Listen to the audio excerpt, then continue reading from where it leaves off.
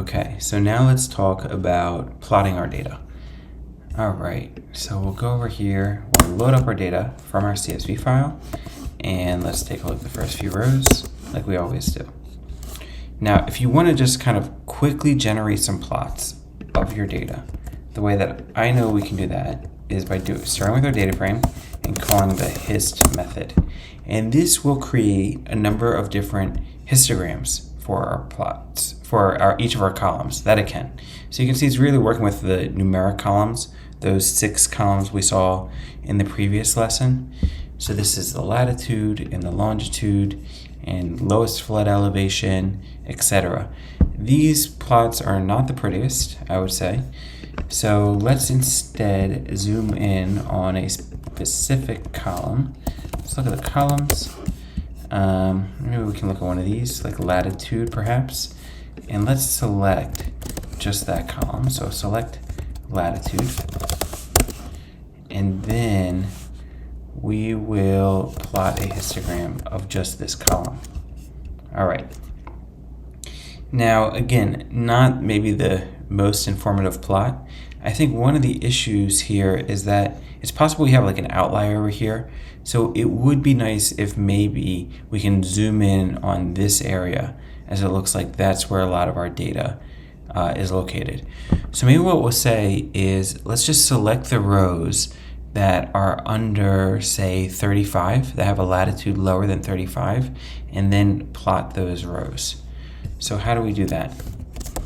Well, we start with our claims DF, have our latitude. We say we want to select those rows where the latitude is less than 35. That's what we said, right? Then let's pass through the claims DF. And then now that we have a subset, we can, I guess, select latitude again, right? And then from here, we can plot a histogram. Now this is a little bit better.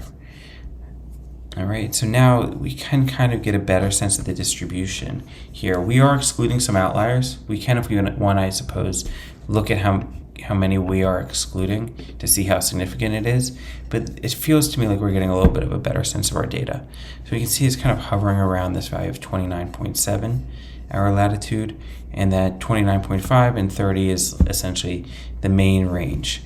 In fact, let's take a look and see if our summary statistics can help us with that, right? Because remember, if we call describe, this will show us this quartile range. So you can see the 25th percentile is 29.7, and the 75th percentile is 29.8, all right?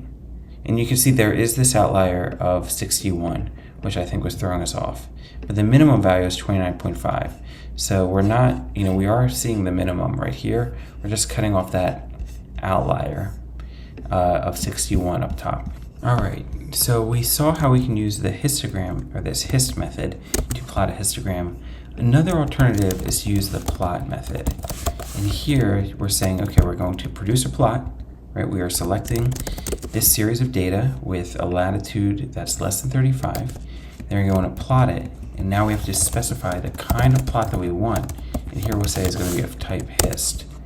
Now the benefit of using this plot method is that we kind of gives us a little bit more configuration options. So we can also specify, for example, like the title. Maybe we'll say like this is the distribution of latitudes.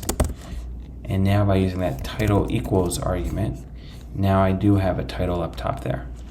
So we saw, okay, here's one kind of plot we can produce. It's a histogram. We can call that on our entire data frame, and it will produce histograms of each of the numeric columns.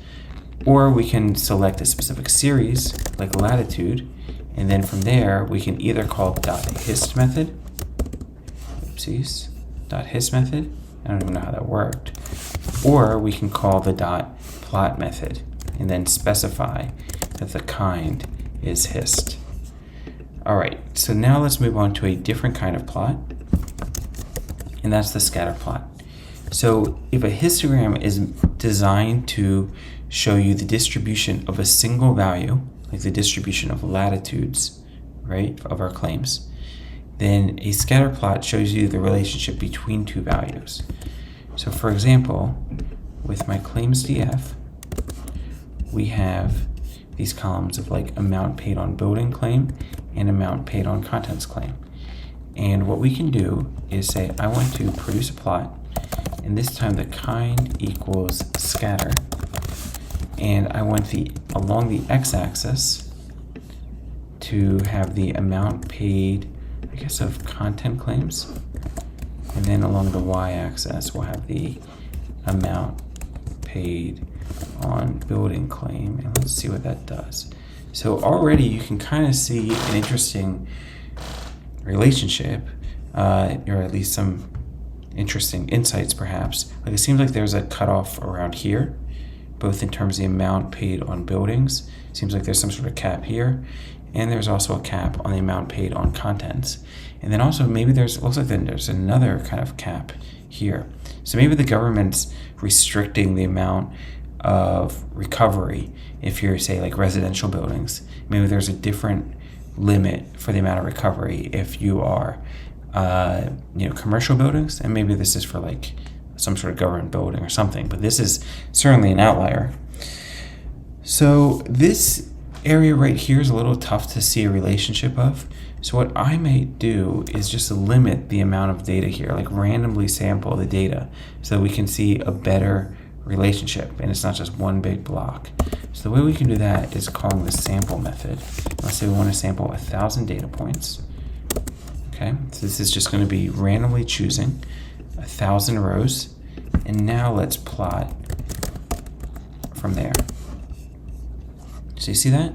Now you can start to see that, okay, as amount paid on contents increases, amount paid on building also increases. You can see, we still kind of see this cap right here, right? And then some other data points, some other outliers here. If you want to just zoom in on the data, say from, this looks like around 250,000. So maybe we'll zoom in of amount paid on buildings is 300,000. And here we'll zoom in, let's cut this off at 150,000. So we can do that inside the plot method. So here's how. You can say that I want the X limit. Let's put that at 150,000. So we're going to say X limit, this range along here, will go from 0 to 150,000. Okay? And then we'll say the Y limit is going to go from 0, let's say, to like 400,000 to 400,000. Okay, now let's plot this. So you can see we're able to kind of change the frame of our plots with this X limit and Y limit argument. And here you're specifying a list where you say that the minimum X value to show and the maximum X value to show. And you also do the same thing with the Y values, where here we're saying the maximum value is 400,000. Okay, so you can see that this plot method does really allow you to configure the plot information a little bit more than just our standard .hist method or whatever, right? We can even add that title of like, building claims or building claims versus content claims, comma, and add that in that title. One last plot to show, and then we are in good shape. And that's just like, if you want to do a heat map, that can be fun. I just wanted to show you the example. So again, this is going to be a scatter plot. We're showing the longitude along the X and the latitude along the Y. You can see the different colors, like the shade of color represents the amount paid on contents claim. So as more is paid on the contents claim, that's a darker shade of red, which you can see here.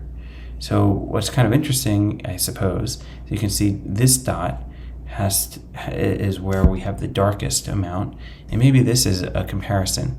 So we could maybe then go and explore, travel to these areas to see perhaps what was going on here that made these claims particularly large.